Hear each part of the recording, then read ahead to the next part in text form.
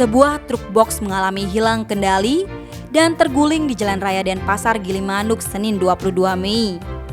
Truk box B9712 SCK terguling di dekat pintu masuk menuju areal parkir Anjungan Betutu Gilimanuk atau ABG, Kelurahan Gilimanuk, Kecamatan Melaya. Beruntung tidak ada korban jiwa dalam peristiwa yang terjadi pukul 4:10 WITA itu.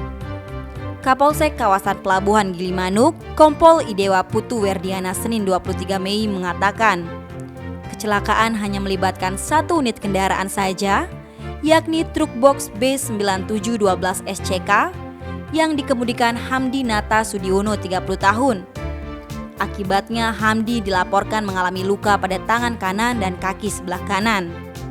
Kondisi itu mengakibatkan truk box oleng ke kanan dan menabrak tiang penerangan jalan umum atau PJU di median jalan sebelum terguling hingga menutup badan jalan dari arah barat atau Gilimanuk. Pengemudi sudah dibawa ke Puskesmas 2 Melaya untuk mendapatkan perawatan. Sementara truk yang terguling saat ini sudah berhasil dievakuasi. Pihaknya menghimbau kepada seluruh pengendara untuk selalu memperhatikan kondisi fisik sebelum berkendara.